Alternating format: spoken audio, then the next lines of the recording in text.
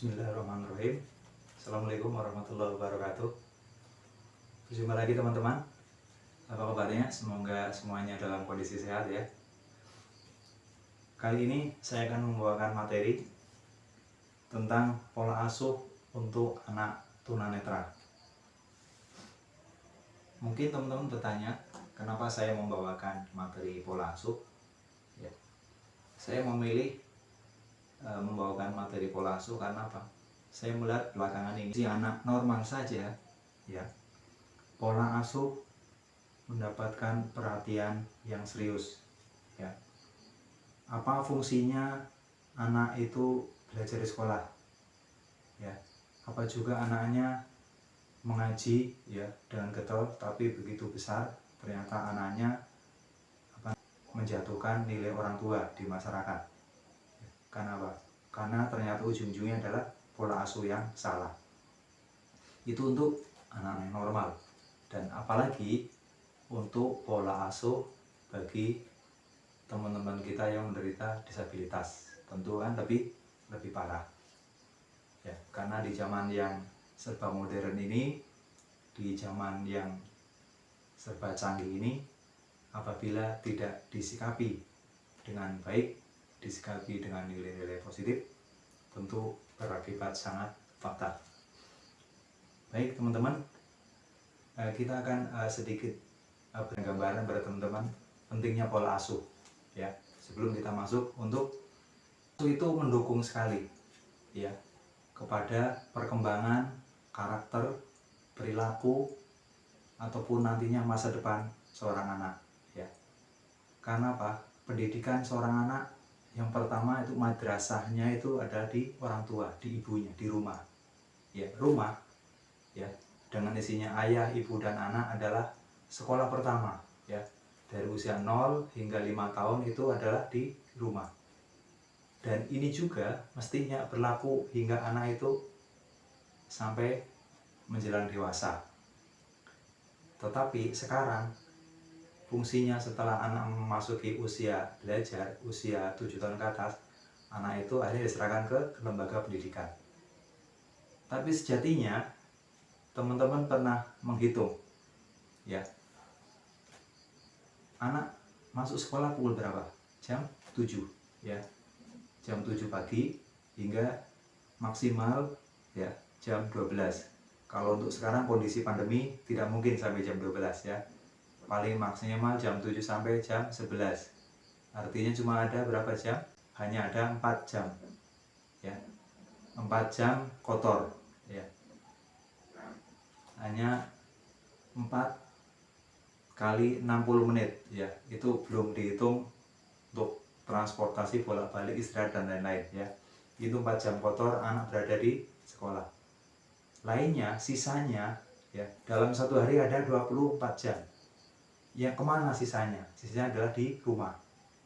Nah, ini dia sebenarnya secara psikologis, anak itu masa depannya sebenarnya bukan ada di sekolah, tapi ada di rumah ya. Jadi apa materi pelajaran yang diterima di sekolah ya, itu cuma 1/6 ya, 1/6 ya, 4 jam dari 24 jam. Hanya 1/6-nya saja yang mereka dapat, selainnya mereka dapat di lingkungannya ya, di rumahnya, di lingkungan sekitar, di jalanan, ataupun dimanapun di komunitasnya ya kan, di komunitas yang baik ataupun bahkan mungkin di komunitasnya yang jelek. Nah, ini dia pentingnya pola asuh ya. Insya Allah kalau kita bisa memberikan pola asuh yang bagus pada anak ya, pola asuh yang positif, insya Allah anak-anak kita akan selamat ya, akan sukses di masa depan. Itu dia sekilas tentang pola asuh ya. Pola asuh apa yang akan kita berikan pada anak ya, 1 sampai 5 tahun sekarang ya kan, akan berefek, berakibat ya 10 tahun ke depan.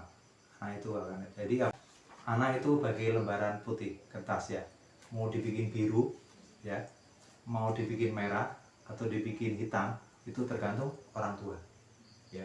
Jadi pola asuh akan sangat mendukung karakter anak di masa depan. Ini tidak mengesampingkan ya. Nah, materi ini bukan dalam arti sedang menyepelekan pola pendidikan, bukan. Tapi pola asuh yang tepat, yang mendukung ya, yang menyingkronkan ya, yang menggabungkan, matching ya antara pola pendidikan yang bagus dan pola asuh orang tua yang tepat. Akhirnya digabungkan, akhirnya menjadi anak yang sukses, berkepribadian baik, berakhlak yang mulia, dan mempunyai prestasi di masa depan. Itulah idealnya ya. Ideal anak kita yang kehidupan seperti itu. Jadi setelah kita selalu berpikir gimana caranya untuk menghasilkan metode pendidikan yang bagus di sekolah ya kan, kita sering mendengar ya, kurikulum pendidikan selalu berganti-ganti ya. Itu menyesuaikan kondisi ya, menyesuaikan sekarang ya, setelah masa pandemi ada kurikulum terbaru, yaitu kurikulum Merdeka ya, berbeda sekali dengan kurikulum sebelumnya. Itu dinamis teman-teman ya, dinamis. Sebenarnya juga sama ya, pola asuh juga sama, kita perlu menyesuaikan dengan kondisi ya. Kalau kondisi memang mengharuskan ya, kita mengontrol anak-anak kita lebih stretch ya, lebih ketat, kenapa tidak? Kenapa? Karena nanti hasilnya untuk masa depan anak kita ya. Itulah nilai urgensi pola asuh anak ya. Jadi jangan biarkan, kalau kondisi kita sebagai orang tua adalah orang tua kaya, jangan biarkan anak itu dengan memberikan segalanya, kebebasan segalanya, bebas melakukan apa saja, silakan. Ayah, orang tua adalah orang tua kaya gitu kan? Jadi anaknya bebas melakukan tindakan apa saja, tapi nanti begitu anak memperoleh efek negatifnya, orang tua ya yang merasakan akibatnya. Nah, itu berarti kan pola asuh yang salah. Nah, maka di kesempatan kali ini akan sedikit kita bedah masalah pola asuh yang benar untuk anak kita. Kenapa? Masa depan anak kita adalah tanggung jawab kita ya. Yang pertama, pola asuh yang di sini yang saya akan sebutkan adalah pola asuh yang nilainya positif atau membangun untuk anak kita, terlebih untuk anak dengan kebutuhan khusus. Yang pertama, jenis pola asuh yang bagus adalah pola asuh demokratis. Pola asuh ini ideal sekali ya, mendudukan orang tua dan anak ya, ini orang tua dan anak itu sejajar. Jadi ada komunikasi ya antara orang tua dan anak. Bahkan ada sebagian yang menganggap bahwa anak dan orang tua itu dianggap seperti teman, ada pertemanan, jadi mengalir komunikasi, tidak ada hambatan ya. Nah, dengan komunikasi yang hangat seperti ini, orang tua lebih bisa memberikan tanggung jawab ya. Artinya apa? Walaupun ngobrol ya, walaupun misalnya santai, tapi orang tua bisa memberikan tanggung jawab secara lebih serius ya, secara lebih besar, porsinya lebih besar, memberikan tanggung jawab. Tanggung jawab ini dalam segala tindakan. Artinya apa? Silakan nak, kalian mau mengambil tindakan apa saja, tapi apa? Ingat, segala tindakan ada pertanggungjawabannya. Itu dia. Ya, jadi anak akan berpikir lebih cermat dan lebih kritis, ya kan? Karena apa? Setiap tindakan itu nanti ada efeknya, ada pertanggungjawabannya. Ya, berbuat dosa ada pertanggungjawabannya. Ya, berbuat amal, berbuat baik ada pertanggungjawabannya dari Allah juga. Yang kedua, jenis pola asuh yang bagus adalah pola asuh laissez-faire. Ya, intinya adalah mendidik anak secara bebas. Tapi dalam hal ini ada batasannya ya, bukan bebas 100% tanpa kontrol ya, tetapi ada sampai kita anggap bahwa anak itu bisa menyelesaikan masalah sendiri ya, kontrolnya di situ. Begitu anak kita melihat belum bisa menyelesaikan masalah sendiri, disitulah peran orang tua untuk mengambil alih, ya, untuk memberikan arahan lagi sehingga apa, bebas terbatas istilahnya. Yang ketiga, pola asuh manipulatif, ya, yaitu upaya untuk mengasuh anak dengan cara mempengaruhi emosi anak agar lebih bisa dikontrol, ya. Ini lebih spesifik, ya, hampir sama dengan laissez-faire tadi, tetapi lebih kepada permainan emosi, perasaan gitu, ya. Orang tua pinter, ya kan, kapan kira-kira anaknya sedang sedih, sedang bergembira, ya. Jadi poin-poin perasaan ini dibawa untuk cara asuhnya, ya, pendekatan kepada perasaan, ya. Tapi intinya tadi kembali kepada inti kontrol, ya, inti kontrol kepada anak. Kalau misalnya anak udah melangkah lebih jauh, ya, arahnya ke negatif ataupun kurang bagus, akhirnya dikembalikan lagi ke orang tua mengintervensi ke anak-anaknya secara emosional. Berikutnya pola asuh transaksi. Pola asuh transaksi ini modelnya seperti jual beli, imbal balik, ya, imbal balik. Jadi hampir kayak semacam forum, ya, forum kita ngobrol, ya, orang tua mendengarkan, anak memberikan permasalahannya, mengemukakan permasalahannya, orang tua memberikan solusi. Nah, seperti itu secara transaksi. Berikutnya yaitu pola asuh alih peran. Apabila seorang anak sudah merasa bahwa saya membutuhkan bantuan orang tua, nah, disitulah orang tua harus cepatnya tanggap, ya, untuk memberikan solusi. Karena apa? Karena ada satu dari inti orang tua adalah penanggung jawab anak, ya. Jadi begitu anak mempunyai permasalahan, itu udah tanggung jawab orang tuanya untuk memberikan solusi masalahnya, ya.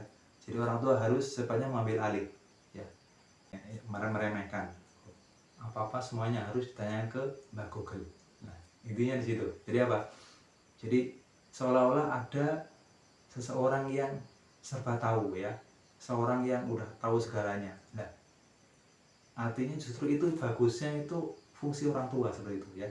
Orang tua itu harusnya, ya, serba tahu, ya, semua tahu gitu. Jadi tempat bertanya segala hal anak itu harusnya ke orang tua dulu, ya.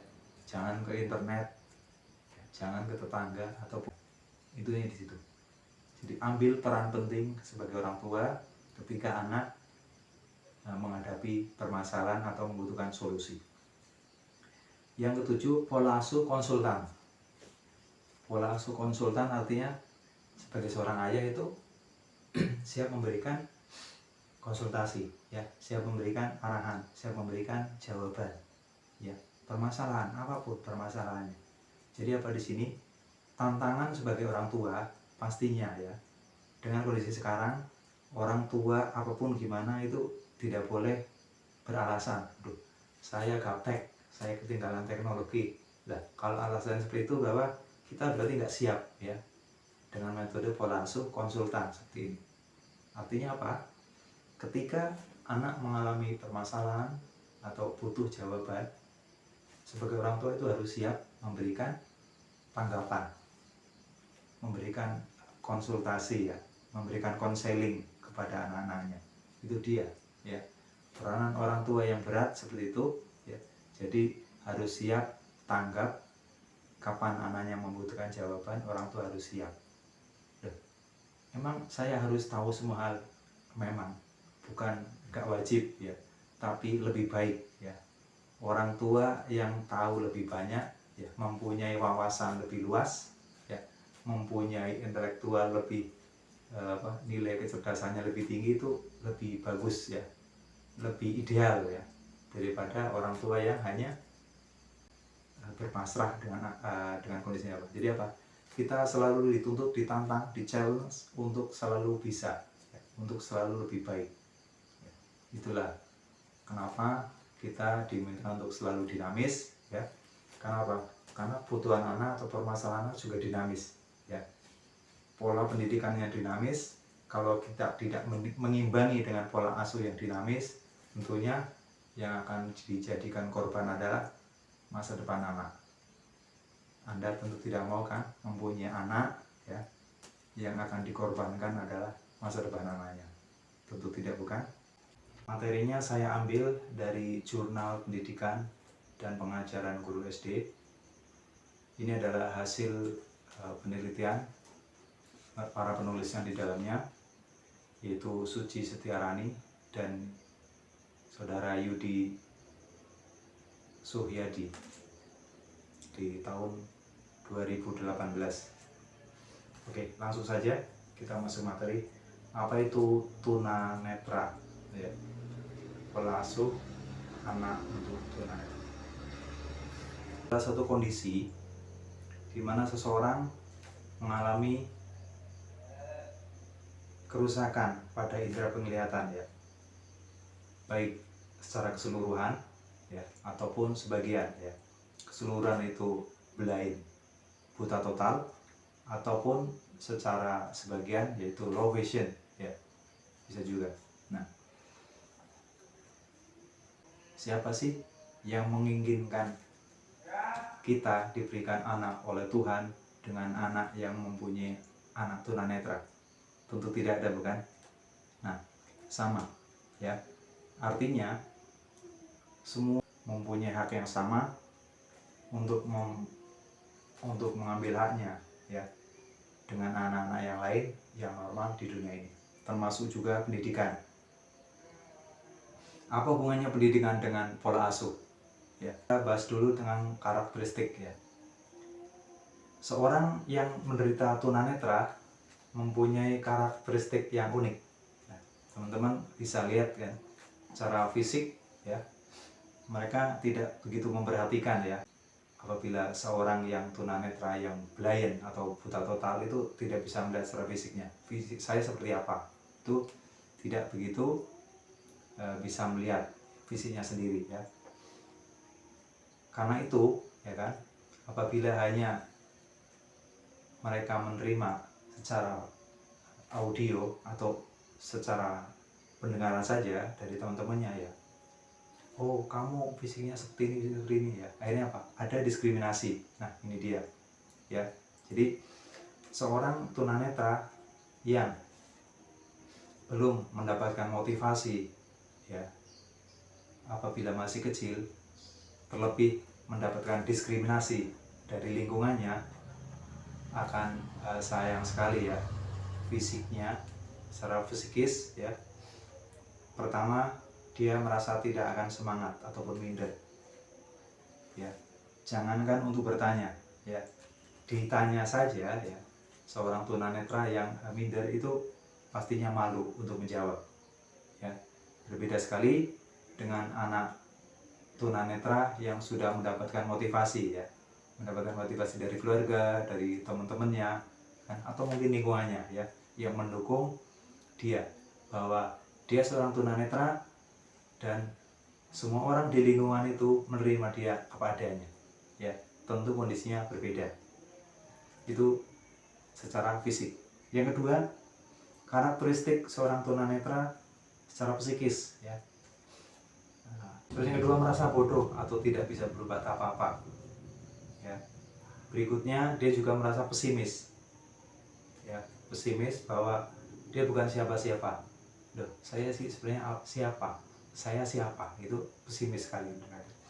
Yang berikutnya ini yang paling parah, mereka ini akan merasa sangat berputus asa ya. Keberadaan dia di dunia ini untuk apa sebenarnya, itu seperti tidak ada harapan, putus asa. Jadi teman-teman, marilah kita sebagai orang yang dikaruniai Allah, karuniai Tuhan dengan fisik yang sempurna, mari kita setidaknya memberikan motivasi ya kepada teman ataupun saudara kita yang mengalami secara fisik kondisinya tunanetra. Kita berikan motivasi, jangan sampai mereka secara fisik ataupun secara psikis mengalami hal-hal tersebut. Tentunya itu bisa kita eliminir ya, bisa kita tangani, kita jawab semua pertanyaan tadi dengan terapi ya, salah satunya dengan pendidikan. Nah, pendidikan ini tentunya juga pendidikan yang khas ya untuk seorang tunanetra. Apa cirinya? Pendidikan untuk seorang tunanetra ya, karena seorang tunanetra mengalami gangguan penglihatan, artinya membutuhkan pendampingan. Pola pendampingan ini nanti hanya awal ya, di awalnya aja yang berat, nanti semakin konsisten kita berikan pendampingan, diharapkan seorang yang tunanetra itu semakin percaya diri ya dengan materi-materi yang mereka dapatkan. Yang pertama secara umum adalah metode belajar untuk menulis ya, menuliskan apa yang mereka dengar. Kita usahakan mereka untuk bisa menulis dengan metode huruf braille. Yang kedua, pola pendampingan metode belajar untuk membaca braille ya. Membaca, berusaha membaca apa yang mereka tulis atau membaca dari sumber buku dan braille ya. Nah, untuk kali ini saya tidak akan membahas cara untuk menulis ataupun membaca braille kawan-kawan, tapi lebih kepada ke pola asuh. Kenapa ke pola asuh? Pola asuh ini ada kaitannya dengan pola pendidikan ya. Nah, setelah teman-teman tadi dari yang sudah mendapatkan pendidikan khusus, nah, maka perlu pendampingan dari orang tua berupa pola asuh ya. Contohnya seperti ini ya. Ini saya contohkan untuk anak yang normal ya, anak yang mempunyai fisik normal dan psikis juga normal ya. Begitu di sekolah diberikan pelajaran untuk mandiri ya, di sekolah diajarkan untuk piket ya, kebersihan, menyapu dan mengepel kelas ya, bersama-sama dengan semua temannya. Tapi begitu di rumah ya, orang tua pola asuhnya berbeda ya. Apa yang diajarkan di sekolah untuk kemandirian, misalnya mengepel dan menyapu, justru di rumah orang tua tidak mengajarkan ya, justru memanjakan ya, jangan menyapu, jangan mengepel ya, yang mengepel itu bibi pembantu saja. Nah seperti itu. Jadi apa? Jadi tidak sinkron ya antara pendidikan di sekolah dan pola asuh di rumah. Nah, ini yang saya maksud. Pola ini akan kita bawa ya kepada pola asuh anak dengan kebutuhan tunanetra ya. Nah, di sini saya akan bawakan materi yang saya ambil dari tulisan Jurnal Pendidikan dan Pengajaran Guru SD oleh dua orang penulis, yaitu Saudari Suci Setiarani dan Saudara Yudi Suhrati ya, dari Universitas Pakuan Indonesia tahun 2018 ya.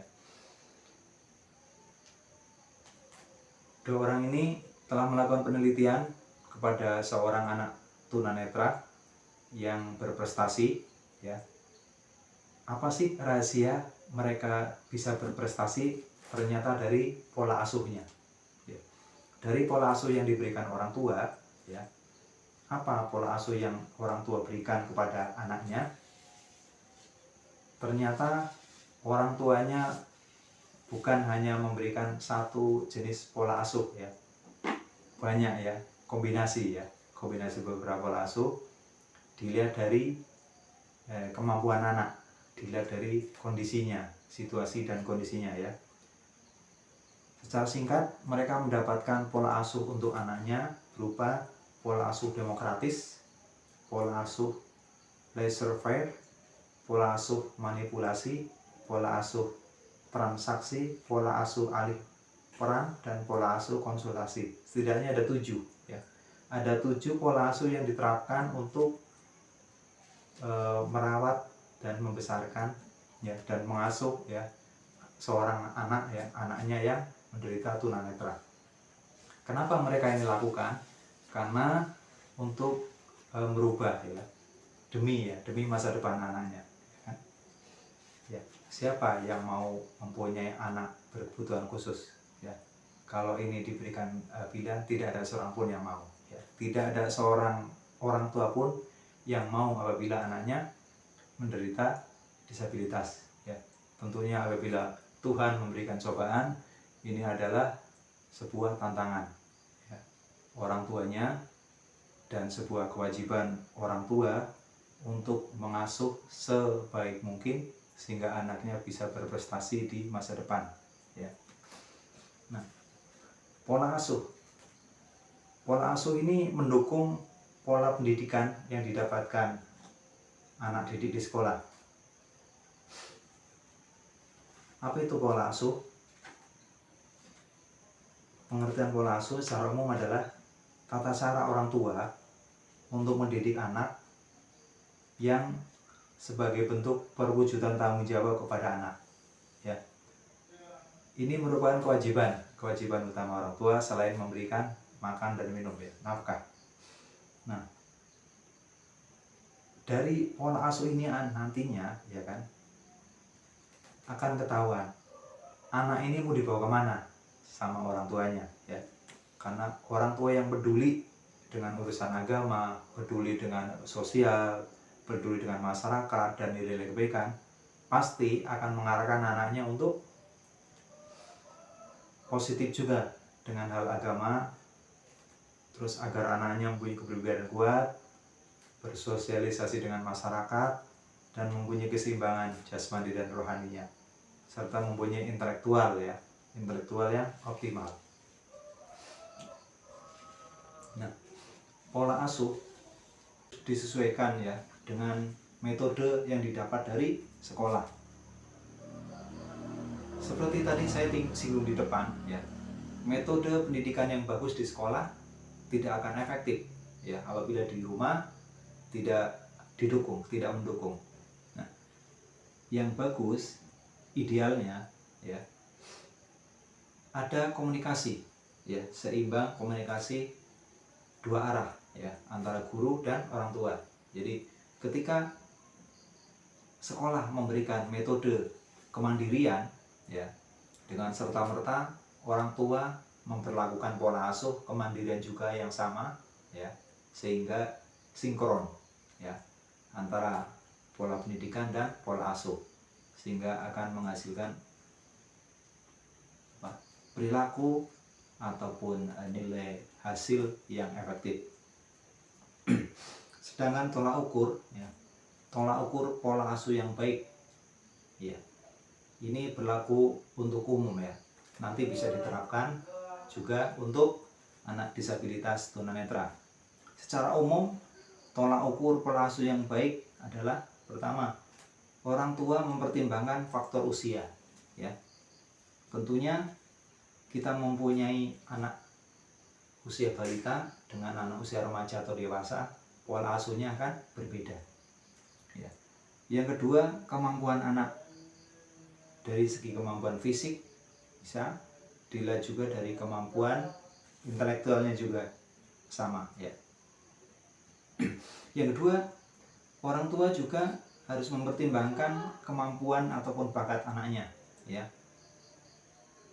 Secara positif, orang tua hendaknya mendorongnya untuk lebih berprestasi ya. Yang ketiga, memberikan kepercayaan kepada anak. Nah, ini kadang disalahgunakan ya kepercayaan ini ya. Dan untuk pola khusus untuk anak tunanetra, nah, kepercayaan ini artinya apa? Kepercayaan yang tetap terkontrol ya, tidak kepercayaan 100% terus dilepas.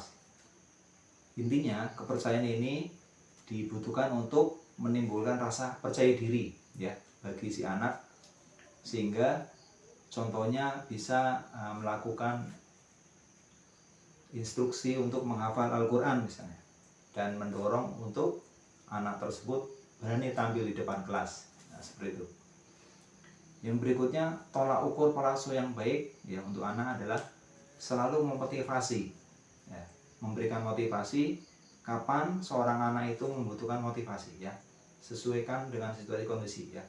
Bila kita melihat kondisi anak, kondisi resah hatinya, kita berikan motivasi, ya. Jadi intinya seorang bapak atau ibu harus bisa menjadi pendengar yang baik, ya, bisa mendengarkan isi hati, ya, keluh kesah anaknya, dan kalau bisa kita segera memberikan solusi, ya.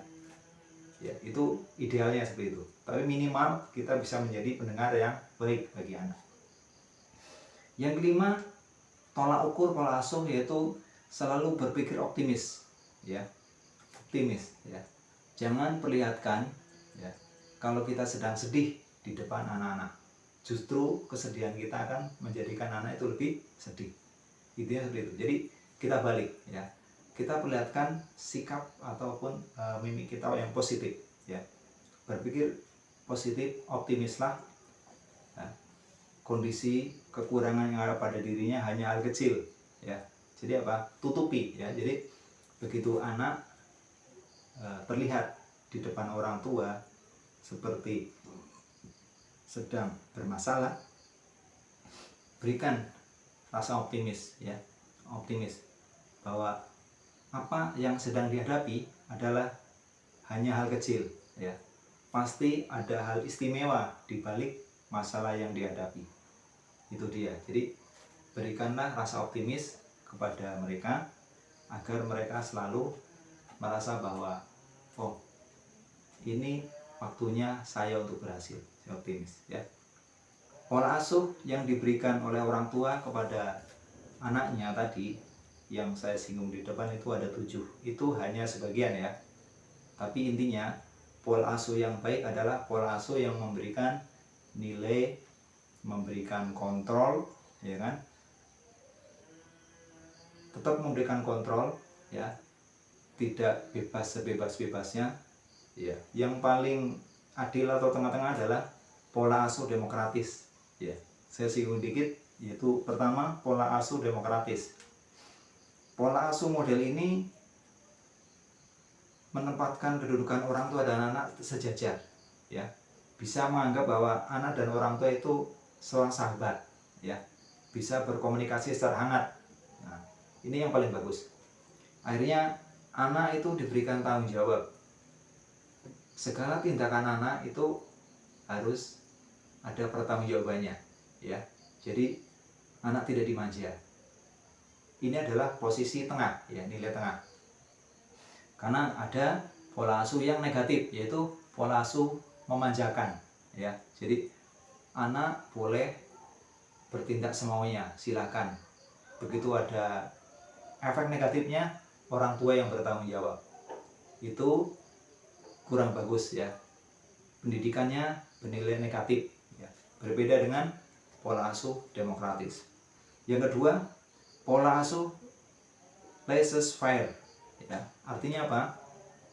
Ini sedikit berbeda dengan pola asuh demokratis. Ini arahnya mendidik anak secara bebas, ya. Anak sudah dianggap dewasa sehingga diberikan kelonggaran apa saja silakan, ya. Anak dianggap bisa menyelesaikan masalah sendiri. Tapi nanti ujung-ujungnya adalah hal negatif, ya. Orang tua juga, ya. Orang tua yang terkena imbasnya. Ini pola asuh yang laissez-faire. Apabila tidak diterapkan di situasi yang pas, ya, ini berakibat buruk, ya. Terkena kita sendiri, ya. Jadi kita harus kontrol, ya. Kapan kita menerapkan pola asuh laissez-faire, ya, mendidik anak secara bebas. Tapi ini perlu, ya. Pola asuh ini bisa diterapkan untuk anak tunanetra, ya, seperti tadi saya jelaskan di atas. Ini sudah diterapkan oleh orang tua kepada anaknya, ya, tetapi dengan kontrol yang sangat ketat, ya. Yang ketiga, pola asuh yang sesuai untuk anak tunanetra yaitu pola asuh manipulasi. Metodenya, upaya ini mempengaruhi emosi anak agar anak lebih bisa dikontrol, ya. Hampir sama dengan metode laissez-faire. tetapi di sini lebih menekan kepada nilai kontrol, ya. Jadi anak boleh silakan mengambil tindakan, mengambil inisiatif sendiri, tetapi dari orang tua masih melakukan pendampingan, ya, atau pengawasan. Jadi apabila ada efek negatif, orang tua secepatnya bisa memberikan arahan, ya, mengembalikan dan memberikan solusi ke arah yang positif. Yang selanjutnya pola asuh transaksi, ya. Pola ini hampir sama dengan model demokratis, ya. Artinya apa? Ada transaksi. Transaksi itu kan imbal balik, ya. Jadi orang tua dan anak itu kayak semacam bertransaksi, ya. Jadi intinya adalah di sini komunikasi, keterbukaan, ya. Anak punya masalah, terbuka dengan orang tua, dan orang tua siap memberikan solusi kepada anaknya. Nah, seperti itu. Yang keenam, pola asuh alih peran. Nah, di sini peran orang tua, ya, pengetahuan atau wawasan orang tua itu sangat diuji. Maka berbahagialah pada orang tua yang selalu untuk belajar, ya, untuk belajar memperbaiki gimana caranya mengasuh anaknya menjadi generasi yang lebih baik. Nah, ini alih peran, ya.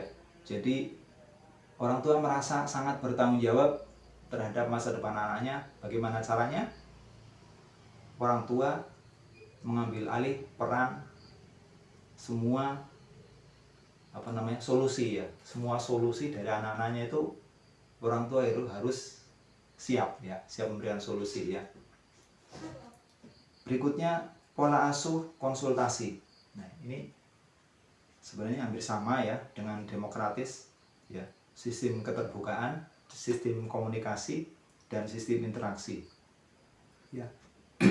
Jadi menempatkan anak sebagai sahabat, ya, sebagai relasi, ya kan, ataupun sebagai teman, ya, bukan sebagai atasan ataupun bawahan. Sehingga apa? Yang timbul adalah rasa dihormati, ya, rasa dihargai, sehingga anak bisa merasa lebih percaya diri, ya, lebih merasa terhormat, ya, mempunyai nilai atau martabat di dalam keluarga, ya, bukan direndahkan ataupun dikucilkan. Ini sangat perlu sekali untuk anak dengan disabilitas, ya. Artinya apa? Mereka merasa atau merasakan mempunyai, dianggap sama, ya, diperlakukan dengan hak yang sama dengan anak normal ataupun pada umumnya, sama seperti pada umumnya. Nah, hal-hal inilah nilai-nilai positif yang diterapkan oleh orang tua untuk seorang anak tunanetra, sehingga anaknya memperoleh prestasi yang cukup gemilang di usia SD-nya. Demikian yang saya bisa berikan materi untuk kali ini. Semoga bisa memberikan manfaat. Apabila teman-teman mau memberikan masukan atau komentar, silakan di kolom komentar ini. Sekian, semoga bermanfaat. Terima kasih. Wassalamualaikum warahmatullahi wabarakatuh.